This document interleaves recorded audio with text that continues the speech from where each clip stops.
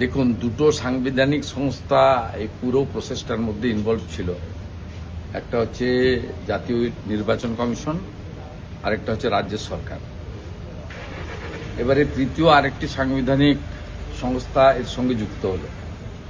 আমি ব্যক্তিগতভাবে মনে করি খারাপ কিছু হবে না, কারণ কমপ্লিটলি এসআইআর নিয়ে যেটা মুখ্যমন্ত্রী বা তৃণমূল কংগ্রেসের ইচ্ছা ছিল, মনের বাসনা ছিল যে 2024 লোকসভা নির্বাচনের ভোটার তালিকায় ভোট হোক, এটাতে কর্ণপাত করেনি গতবার এই জাজমেন্টে, 9 ফেব্রুয়ারির জাজমেন্টে। সেকেন্ড থিং ছিল মাইক্রো অবজারভারকে তুলে দিতে হবে, সেটা নিয়ে কিন্তু সুপ্রিম কোর্ট করেনি। তৃতীয় ছিল ডকুমেন্টেশন নিয়ে, যে 13 দফা ডকুমেন্টেশন, ওটা নিয়ে কিন্তু সুপ্রিম কোর্ট এর আগেই বলে দিয়েছে যে আমরা এর মধ্যে ঢুকবো না। কনস্টিটিউশনাল বডি সংবিধানের 324 থেকে 329 এবং বিশেষ করে 324 থেকে 326 ওদের যে অথরিটি এবং পাওয়ারে ইন্টারফেয়ার করবে না না বলেছে। এবারে ইলেকশন কমিশনের যে অসুবিধাটা হচ্ছিল, আমার মনে হয় এটাতে অনেকটাই দূর হয়ে যাবে, কারণ মমতা বন্দ্যোপাধ্যায়ের নেতৃত্বে এই ভোট চোর তৃণমূল কংগ্রেস, যারা বাংলাদেশি মুসলিম অনুপ্রবেশকারীদেরকে বাঁচাতে চায়, মৃত ভোটারদের রেখে তাদের নামে ছাপ্পা দিতে চায়, তারা নির্বাচন কমিশনকে বিজেপি করে দিয়েছিল।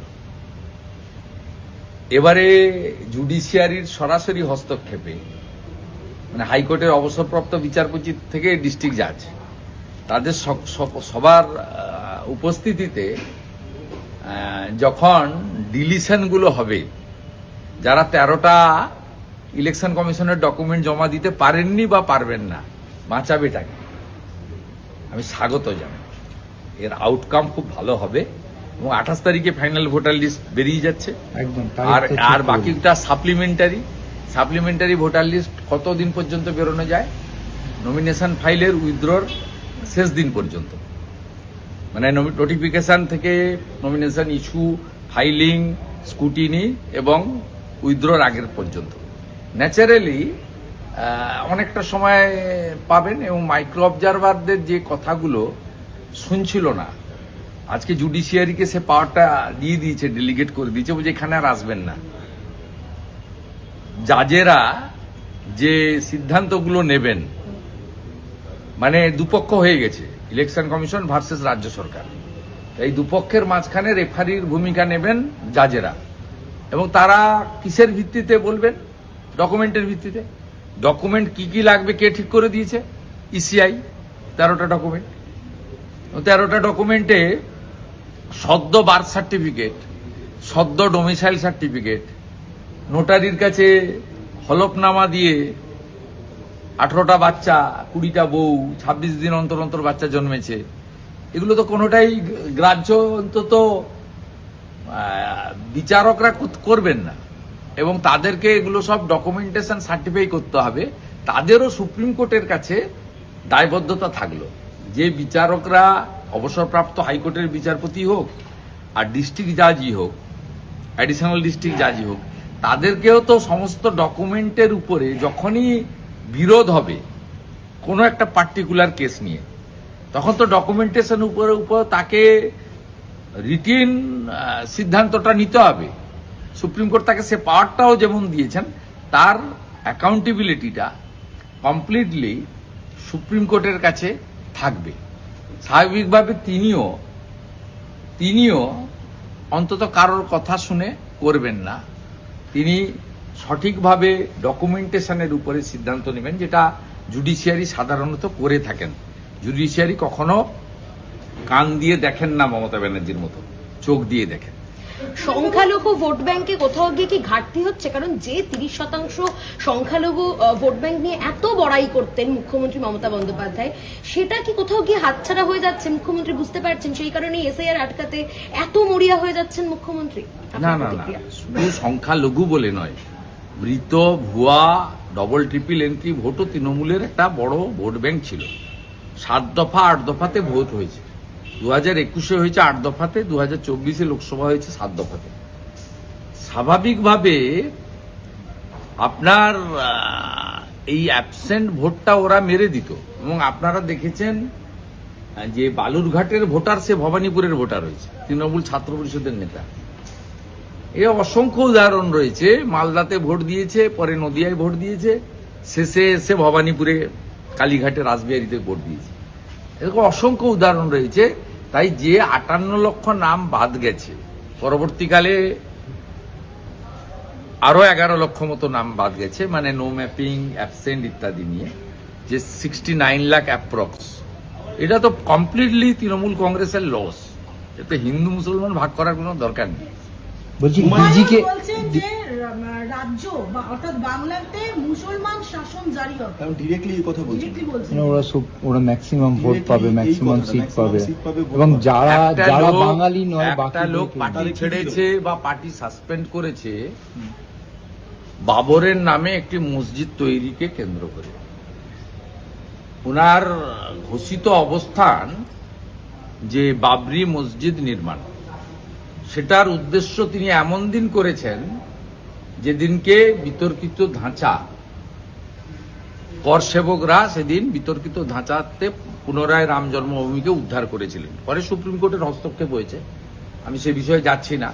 কিন্তু যে ব্যক্তির বিদ্রোহ সূচিত হয়েছে, তার ধর্মীয় যে আবেগ সেটাকে কাজে লাগিয়ে তার যে প্রার্থনা ঘর, সেটা বাবরের নামে তৈরি করার মধ্য দিয়ে তার তো ঘোষিত অবস্থান এটাই থাকবে, এবং তার ক্যাপিটাল পুঁজি এই মুসলিম ভোট ব্যাংকই হবে। তাতে স্বাভাবিক, উনি হুমায়ুন কবির যেটা বলছেন এটা তার ঘোষিত অবস্থান। মমতা ব্যানার্জির মতো সেকুলারিজমের নামে তোষণের রাজনীতির কথা তো বলেননি, সোজা কথা বলেছেন। মুসলিম লীগ কেরালাতে আছে কংগ্রেসের জোট সঙ্গী, মুসলিম লীগ তামিলনাড়ুতে আছে সিপিএম এর জোট সঙ্গী, সেখানে ডিএমকে, সিপিআই, সিপিএম, কংগ্রেস এবং মুসলিম লীগ সেখানে জোটে আছে। অতএব এরা তো মুসলিম লীগের তো ঘোষিত অবস্থান আছে।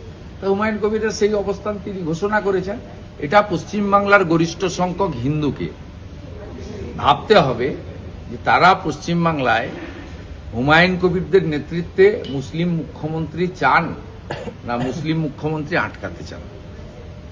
আমরা পরিষ্কার কথা, মুসলিম মুখ্যমন্ত্রী পশ্চিমবাংলার সংখ্যাগরিষ্ঠ হিন্দু সমাজ চায় না। আর একটা সুরাবর্দির এখানে জন্ম হোক কেউ চায় না। এমনি মমতা বন্দ্যোপাধ্যায়ের আমলে সমস্ত দেবদেবীর মূর্তি ভাঙা হয়, হরগোবিন্দ দাস, চন্দন দাস বামপন্থী হলেও খুন হতে হয় হিন্দু বলে, ধুলিয়ানে হিন্দুদেরকে পলায়ন করতে হয় স্বাধীনতার পরে বৈষ্ণবনগরে হিন্দু জায়গায়, মহেশতলাতে আমাদের মাতা তুলসীর মঞ্চকে তুলে ফেলে দেওয়া হয় প্রকাশ্যে পুলিশের সামনে, পুলিশ প্রিজন ভ্যানে তোলে কাকদ্বীপে কালী মায়ের মূর্তিকে, রামনবমীর মিছিলে পাথর পড়ে এনআইএ হয়। এই ভবানীপুরে দাঁড়িয়ে আছি, এখানে গত বছর আমাদের দোলের আগে আমাদের এখানে বাঙালিদের সংস্কৃতি আছে, আজ আমাদের নেড়াপুড়া, কাল আমাদের দোল, আর হিন্দিতে হোলিকা দাহন বলে, হোলির ঠিক আগের দিন হয়। গতবারে আমাকে হাইকোর্ট থেকে পারমিশন নিয়ে এই পিছনের একটা ছোট গলি রাস্তায় করতে দিয়েছিল। হোলিকা দাহন করব, দোল পূর্ণিমা করব, তার জন্য হাইকোর্টে যেতে হয়। তবে এখন তো কার্যত আমরা জামাতের রাজত্বেই আছি, মুসলিম লীগ 2। আর হুমায়ুন কবির সেকুলারিজমের খোলসটা ছেড়ে সরাসরি বলছেন, যেটা আসাউদ্দিন ওয়াইসিও বলেন। অতএব লড়াইটা পশ্চিমবঙ্গে সনাতনী হিন্দু সমাজ রাষ্ট্রবাদীদের সঙ্গে এই মৌলবাদী শক্তির হবে। সেক্ষেত্রে আরেকটা প্রশ্ন, হাওড়ায় দেখা যাচ্ছে আবারও আক্রান্ত বিজেপি কর্মীরা।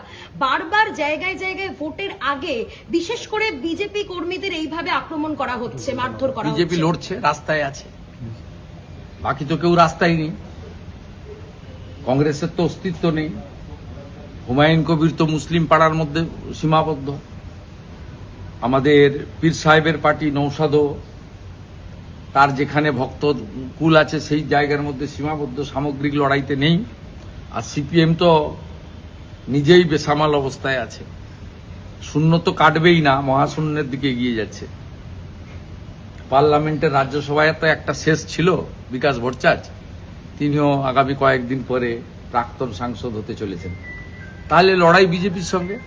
তাই বিজেপিকে প্রতিহত করতে পারলে চোরেদের পার্টি, পারিবারিক পার্টি, মুসলিম লীগ 2, জামাতিদের নেত্রী, তিনি আরেকবার ক্ষমতায় আসতে পারবেন।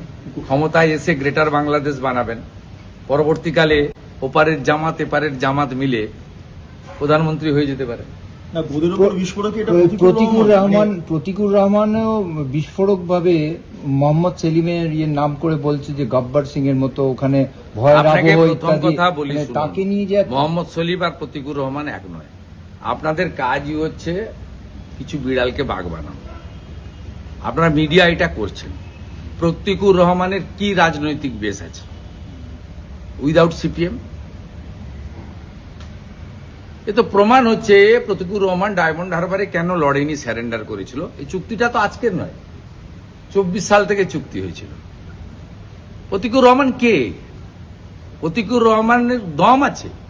আমাকে যখন বলা হয়েছিল যে পিছন থেকে ফিরাদ হাকিম বলেছিল, কল্যাণ ব্যানার্জি বলেছিল যে পিছন থেকে মমতা ব্যানার্জির ছবিটা সরিয়ে দিলে শুভেন্দুর চেয়ারগুলো সামনে ফাঁকা হয়ে যাবে, আমি তো সেই চ্যালেঞ্জ অ্যাকসেপ্ট করে মমতা ব্যানার্জিকে নিজেকে হারিয়ে দিয়েছি।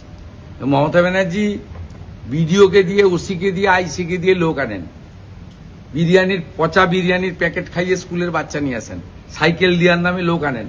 আমার সমাবেশে ওগুলো করতে হয় না। মমতা ব্যানার্জির থেকেও বেশি লোক আমার সমাবেশে আসে স্বতঃস্ফূর্ত ভাবে, এক গ্লাস জল না দিলেও আসে। তা আমি করে দেখিয়েছি, চ্যালেঞ্জ নিয়েছি, ভবিষ্যতেও চ্যালেঞ্জ নেব। ভবানীপুরে ওনাকে হারানোর দায়িত্ব আমি নিয়েছি। প্রতিকুর রহমানের দম থাকলে লড়ে দেখাক না। মগরাহাট তিনি তৃণমূলে যাবেন বলে এইসব কথাবার্তা বলছেন। আগামীকাল তৃণমূল কংগ্রেসের পতাকা ধরবেন, এটা অনেক আগে থেকে আমি জানি। না, তো ওকে নিয়ে এত হইচইটা আপনি কি আপনারা বলছেন? করছেন।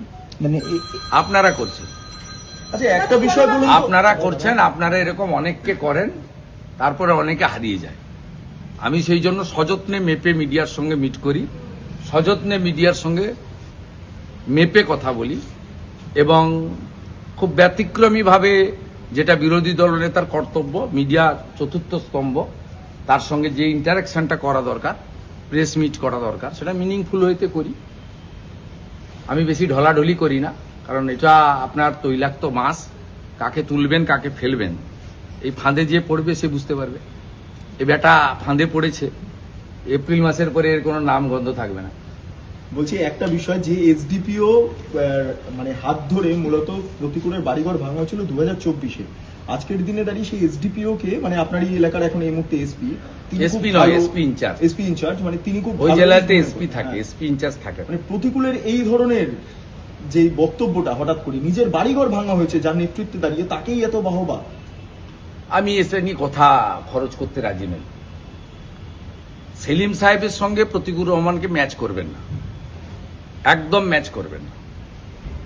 সেলিম সাহেব, সে তার রাজনৈতিক মতাদর্শের সঙ্গে আমি বিরোধ হতে পারি। সেলিম সাহেব বামপন্থী আন্দোলনের টলেস্ট লিডার, ন্যাশনাল ফিগার, বহুবার ভোটে জিতেছেন, লড়েছেন, দলের নির্দেশ মেনে দাঁড়িয়েছেন, হেরেছেন, আবার দাঁড়ালে আবার আমরা তাকে হারাবো, আমাদের সঙ্গে তার রাজনৈতিক লড়াই থাকবে। কিন্তু আপনারা, আমি out of my political affiliation, Salim সাহেব আর প্রতিকুর রহমানকে এক করবেন না। It's not good. একটু অ্যাসেসমেন্টটা ঠিক করুন, অ্যাসেসমেন্টটা ঠিকঠাক জায়গায় রাখুন। ভোটের মুখে দেখা যাচ্ছে বাংলাদেশিরা আবারও গ্রেপ্তার হয়েছে পশ্চিমবঙ্গে, এবং তারা বারবার করে বলছে যে রুটি রুজির জন্য আমাদের কাছে ভারতই ভরসা।